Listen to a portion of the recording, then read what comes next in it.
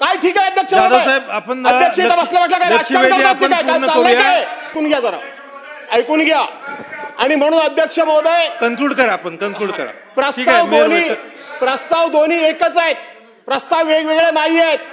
जर मला बोलवलं असतं अध्यक्ष महोदय आणि दोन्ही प्रस्ताव अध्यक्ष महोदय एक मिनिट अध्यक्ष महोदय मी पॉइंट ऑफ इन्फॉर्मेशन वर उभा आहे अध्यक्ष महोदय आपल्या समोर आजच्या विधानसभेच्या कामकाजाचा ऑर्डर ऑफ डे आपल्या समोर असेल अध्यक्ष महोदय त्या ऑर्डर ऑफ ऑर्डर मध्ये डे मध्ये घेणार आहे का नाही आपण 101 चे प्रस्ताव 2 आहेत अध्यक्ष महोदय वास्तविक विधानमंडळाकडून कुठल्याही प्रकारचं राजकारण होणं अपेक्षित नाही मी कशा करता उभा आहे ते आपण शांतपणे ऐकून घ्या आता सगळ्यांची भाषणं ऐकलीत माझं थोडंसं ऐका अध्यक्ष महोदय माझ्या नावावर 101 चा प्रस्ताव जो आहे हा प्रस्ताव घ्यावा म्हणून मी बीएससी मध्ये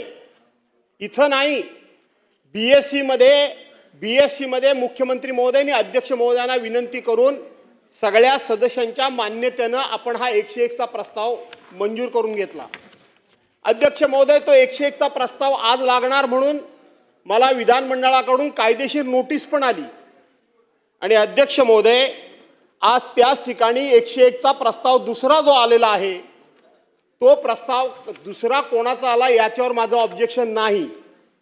तर दोन्ही प्रस्ताव जे आहेत ते कोकणाच्या विकासाचे प्रस्ताव आहेत वास्तविक इथं सुद्धा तुम्ही जर राजकारण करायला लागलात कोणाला श्रेय जाईल आणि कोणाला श्रेय जाणार नाही याकरता म्हणून 1 नंबरला प्रस्ताव कोणाचा 2 नंबर प्रस्ताव कोणाचा हे विधानमंडळाला अधिकार कोणी दिले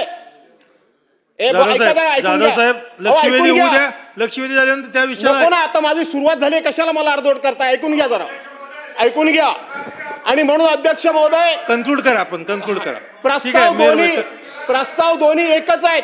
प्रस्ताव वेगवेगळे नाही आहेत जर मला बोलवलं असतं अध्यक्ष महोदय आणि दोन्ही प्रस्ताव काय ठीक आहे अध्यक्ष महोदय आपण अध्यक्ष इथं बसल्या बसल्या काय राजकारण करतात काय चाललंय काय प्रस्तावामध्ये नावं दिलेली काही नावं कट केली गेली आपण ठरवू चला लक्षवेधी क्रमांक 5 अध्यक्ष महोदय लक्षवेधी क्रमांक 5 घ्या मंत्री महोदय